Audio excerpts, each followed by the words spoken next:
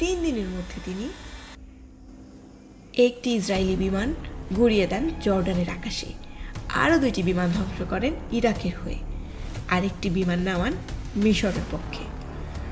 একজন মুসলিম পাইলট 3টি ভিন্ন দেশের হয়ে যুদ্ধ করে ইসরায়েলের 4টি যুদ্ধ বিমান ধ্বংস করেন। ইতিহাসে এমন বীর খুব কম আছে।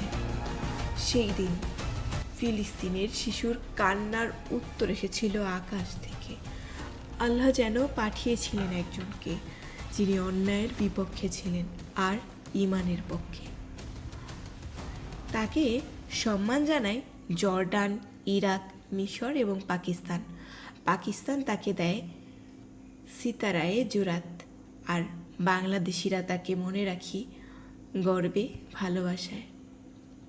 2020 সালে তিনি এই দুনিয়া ছেড়ে চলে যান।